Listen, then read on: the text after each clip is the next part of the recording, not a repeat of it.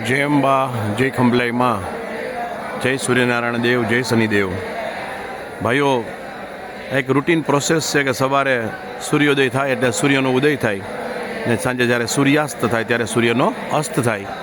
આપણે જાણીએ છીએ કે અહીંથી 15 કરોડ 36 લાખ કિલોમીટર દૂર છે સૂર્યનારાયણ દેવ. આપણે જાણીએ છીએ કે અહીંથી 15 કરોડ 36 લાખ કિલોમીટર દૂર છે સૂર્યનારાયણ દેવ. અને એની જે ઉર્જા છે એમાંથી 98% ઉર્જા જે છે એના જે સનરેઝ છે એ તો વચમાં ઓઝોન લેયર છે અને બાકીના બધા પરિબળોને આપણે ટિન્ડલ ઇફેક્ટને બધું જવા દઈએ તો માત્ર 2% ઉર્જા પૃથ્વી સુધી પહોંચે છે. માત્ર 2% ઉર્જા પૃથ્વી સુધી પહોંચે છે અને એમાં પણ ઘણી જગ્યાએ 50 ડિગ્રી ટેમ્પરેચર કરી દે છે. એટલો પ્રચંડ શક્તિશાળી સ્ટાર તારો એટલે સૂર્યનારાયણ દેવ. આપણે આપણા દરેક ગ્રહોના અધિપતિ કહી શકાય, રાજા છે, ગ્રહ મંડળ છે કોઈનું, એવા સૂર્યનારાયણ દેવ આજે સવારે ઉગ્યા છે માંડલમાં અને સાંજે આથમી જશે. એની સાથે એક મહાનુષ્ઠાન પણ યાદોમાં એક વિસ્મરણીય બનીને રહી જશે અને એક અવસર ચૂકાઈ ગયો અથવા અવસર સાંપડી ગયો, પ્રાપ્ત થઈ ગયો, લાભ લેવાઈ ગયો. એમાં એ ગંગાજળમાં આપણે ડૂબકી મારી લીધી, કુંભ મેળામાં સ્નાન કરી લીધું અને કાં તો રહી ગયું. તો આવા સૂર્ય ઉગતા રહેશે, આથમતા રહેશે અને એક દિવસ આપણે પણ ઉગ્યા છે તો આપણે પણ આથમી જવાના. એની વચ્ચેનો જે જીવનકાળ છે એ જ જિંદગી છે.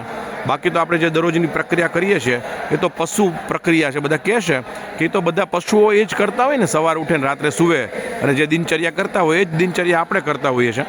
વચમાં જે આપણે ઈશ્વરે બુદ્ધિ આપેલી છે અને એ બુદ્ધિના માર્ગ ઉપર માં જે કંઈ પણ સદબુદ્ધિ આપીને આપણે કરી શકીએ તેવું શ્રી મહાશક્તિ ખંભલાઈમાં લક્ષચંડી મહાઅનુષ્ઠાન આજે પૂર્ણાહુતિ 18 ઓક્ટોબર 2025 શુભ શનિવાર 12 એપ્રિલ 2025 શુભ શનિવારે શરૂ થયેલું અને આજે 190મો દિવસ અને છેલ્લો. મેં તમને હમણાં જ મેસેજ મૂક્યો કે કુલ કેટલા ચંડીપાઠ થયા. આજે 2 જ ચંડીપાઠ કરવાના હતા, બાકીની તૈયારીઓ થઈ ગઈ છે પાત્રદાન માટેની. પણ બસ પૂર્ણાહુતિ આજે ઘણા બધા જે યજમાનો છે એ બધાએ લાભ લીધો છે. છેલ્લા દર્શન ભાઈઓ. હવે આ દ્રષ્ટિ આ આંખની અંદર આ દ્રશ્ય જોવા મળે ન મળે ખબર નથી. એટલા માટે આ અશક્ય છે કેમ કે કદાચ લક્ષચંડી ખબર નથી થશે કે નહીં થાય, સચોટ થશે કે નહીં, બહુ અગત્યની વાત છે. એક પણ મંત્ર કે એક પણ શ્લોક ચૂકાણો નથી. એક પણ મંત્ર કે એક પણ શ્લોકને સ્કીપ કરવામાં નથી આવ્યો. એક પણ કશું પણ ઝીરો ટોલરન્સ, કશું પણ. કારણ કે સામે વોલિયન્ટર્સ એટલા મજબૂત બેઠેલા અને દરેક મંત્ર ઉપર આંગળી ફેરવામાં આવેલી છે. કદાચ થોડાક ચંડીપાઠ આપણે જવા દીધા છે, ગણતરીમાં નહીં લીધા હોય, ભૂદેવોને અમુક ગણતરી નહીં લીધી હોય, કારણ કે થોડુંક જેટલું વધારે થઈ શકે એટલું સારું. એટલે આમાં તમે એક મંત્રને પણ, એક આખો ચંડીપાઠ તો પછીની વાત છે, એક મંત્રને પણ અવગણી નહીં શકો એવું સચોટ અનુષ્ઠાન થયું. આજની તારીખે પણ સવારના 7:05 અનુષ્ઠાન સ્ટાર્ટ થઈ ગયું હતું. એક પણ દિવસ આપણા પરિવારોમાં આવું શક્ય નથી ભાઈઓ કે સવારના 7:05 અનુષ્ઠાન સ્ટાર્ટ થઈ જ ગયું હોય અને બપોરે 3:05 6 ચંડીપાઠ દરરોજ થયા. દર રવિવારે અને દર પૂનમે સવારે 4 અને સાંજે 2 કરતા હતા. બાકી સવારે 3 અને સાંજે 3. 180 ભૂદેવ સુધી એકવાર સંખ્યા પહોંચેલી. આજે 81 છે. ધીમે ધીમે આપણે સંખ્યા ઘટાડતા ગયા કેમ કે હવે છેલ્લે તો આપણે વધારાના જ ચંડીપાઠ કરતા હતા. પણ આજે અતિ શુભ પૂર્ણાહુતિ. બધા પાત્રો ગોઠવાઈ ગયા છે. એનો વિડીયો હું તમને પછી અપલોડ કરીશ કે આપણે શું આપીએ છીએ ભૂદેવોને. તમે અત્યારે જે લોકો બેઠા છે મુખ્ય પૂજામાં, જે મહાપૂજામાં, એના દર્શન કરાવડાવું. અને એમને ભાગ્યશાળી છે ભાઈઓ કે જે પૂજામાં લાભ લઈ શક્યા. જેને તક ન મળી હોય તો ન આવી શક્યા, આત્મમંથન કરશું. છેલ્લા દ્રશ્યો. આજે સાંજે જ સ્થાપન નીકળી જશે. જેમ યંત્ર ઉતારી લેવામાં આવ્યા બધું.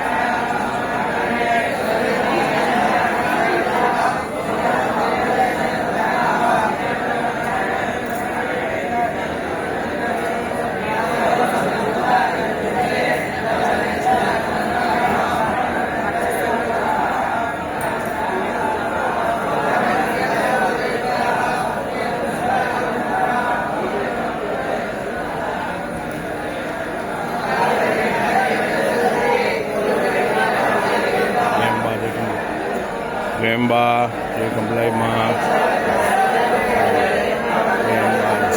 પ્રેમબા જય કમલાઈમાં.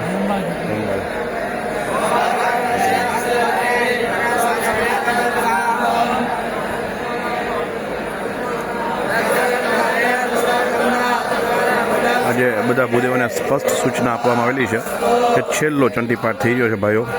એકદમ આદ્રતાના ભાવથી, વિનંતીના ભાવથી, હૃદયથી માને પ્રાર્થના કરજો.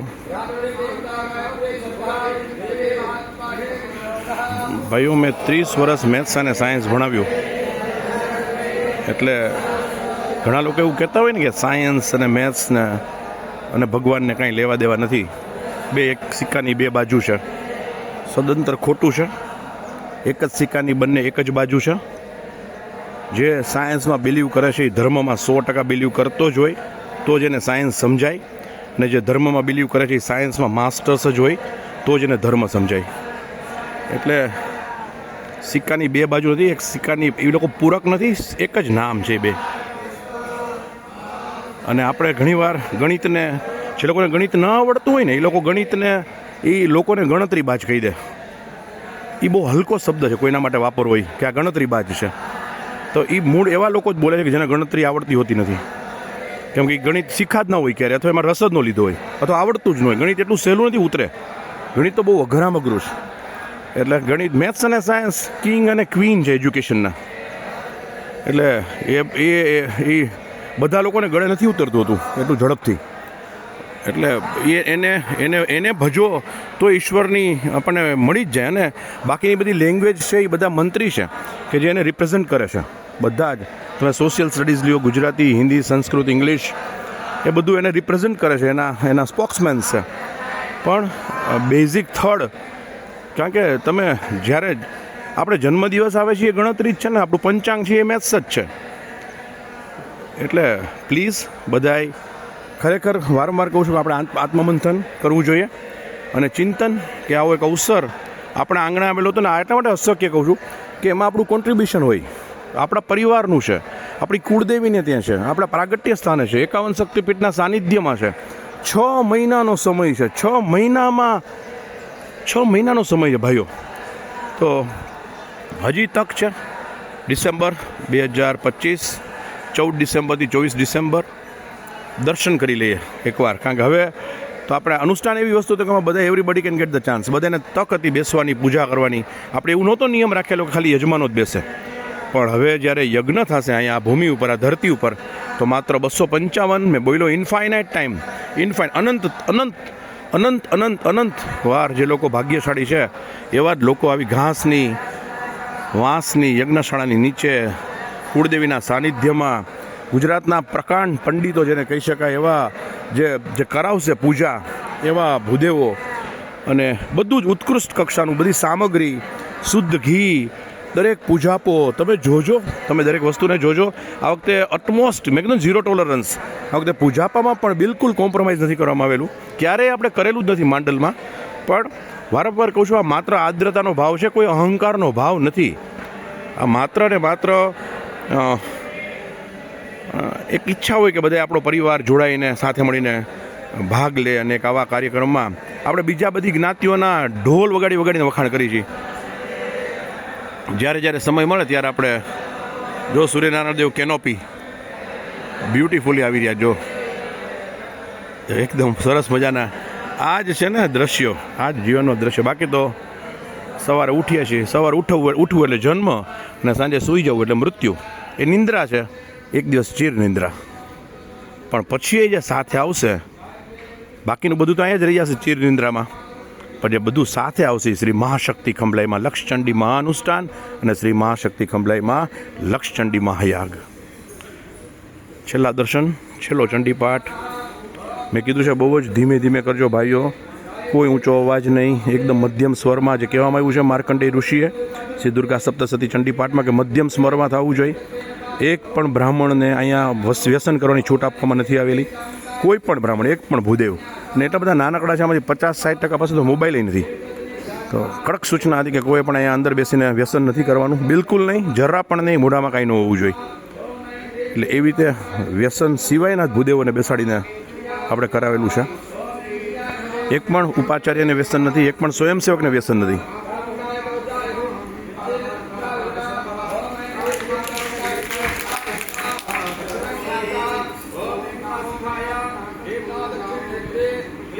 છેલ્લો ચંડીપાઠ ભાઈઓ, છેલ્લો ન્યાસ.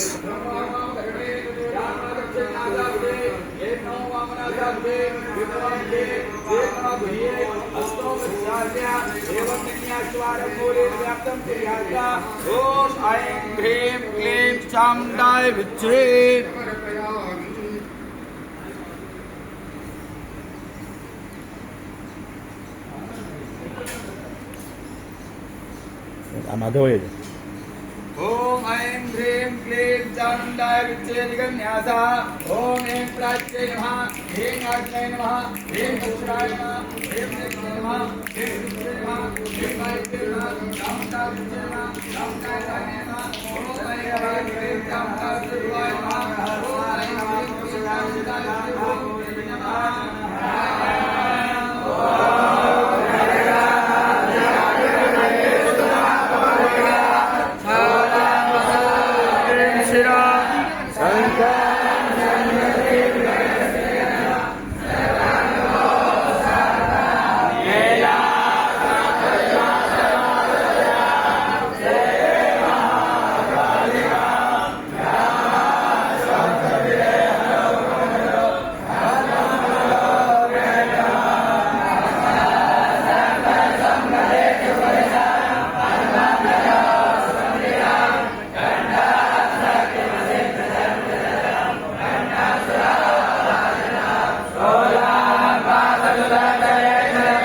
જય અંબા, જય ખંભલાઈમાં, કેવળ તુજ કરુણા, નિષ્દિન મંગલ કરનારી મારી માની બલિયારી. જય અંબા, જય ખંભલાઈમાં, કેવળ તુજ કરુણા, તેરા તુજકો અર્પણ, ક્યાં લાગે મેરા. જય અંબા, જય ખંભલાઈમાં.